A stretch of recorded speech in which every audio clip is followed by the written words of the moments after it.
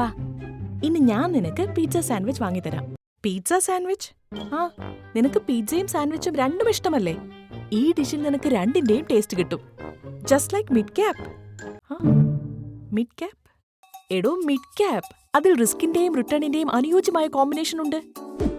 ഞാൻ വിശദീകരിക്കാം.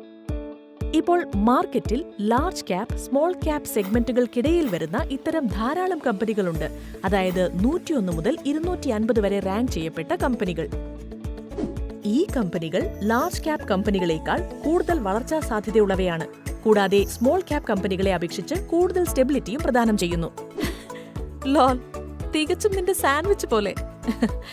ഇതുകൂടാതെ ഇങ്ങനെയും ചില ബിസിനസ്സുകളുണ്ട് കേവലം മിഡ് ക്യാപ് യൂണിവേഴ്സിൽ മാത്രം ലഭ്യമായത്. അതായത് രാസവസ്തുക്കൾ, ഉപഭോക്തൃ സേവനങ്ങൾ, റിയൽ എസ്റ്റേറ്റ് മുതലായവ. അങ്ങനെ ഇത് മിഡ് ക്യാപ് സ്പേസിനെ ലാർജ് ക്യാപ്പിനേക്കാൾ വൈവിധ്യവൽക്കരിക്കുന്നു. പക്ഷെ ഇപ്പോൾ മിഡ് ക്യാപ് കമ്പനികളിൽ എങ്ങനെ ഇൻവെസ്റ്റ് ചെയ്യും? Simple. ICICI Prudential mid cap ഫണ്ടിൽ നിക്ഷേപിച്ചുകൊണ്ട്. ഇതൊരു എക്വിറ്റി സ്കീമാണ്. ഇത് നല്ല മിഡ് ക്യാപ് കമ്പനികളെ തിരിച്ചറിഞ്ഞ് അവയിൽ ഇൻവെസ്റ്റ് ചെയ്യുന്നു.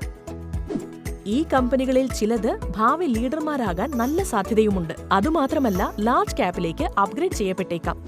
ഒരു കാര്യം ഓർക്കുക, ഈ സ്കീം വളരെ ഹൈ റിസ്ക് പ്രൊഫൈൽ ഉള്ള നിക്ഷേപകർക്ക് അനുയോജ്യമായതാണ്. പരമാവധി വളർച്ചാ സാധ്യതയ്ക്ക് ദീർഘകാലാടിസ്ഥാനത്തിൽ നിക്ഷേപിക്കുന്നതായിരിക്കും ഏറ്റവും ഉചിതം. അപ്പോൾ ഈ ഫണ്ടിനൊപ്പം വളരുവാൻ തയ്യാറായിക്കൊള്ളൂ. ഇത്തരം കൂടുതൽ കോണ്ടന്റുകൾക്കായി ഞങ്ങളുടെ channel like, share and subscribe ചെയ്യാൻ മറക്കരുത്. മ്യൂച്വൽ ഫണ്ട് നിക്ഷേപങ്ങൾ വിപണിയിലെ ലാഭനഷ്ട സാധ്യതകൾക്ക് വിധേയമാണ്. സ്കീമുമായി ബന്ധപ്പെട്ട എല്ലാ രേഖകളും ശ്രദ്ധാപൂർവം വായിക്കുക.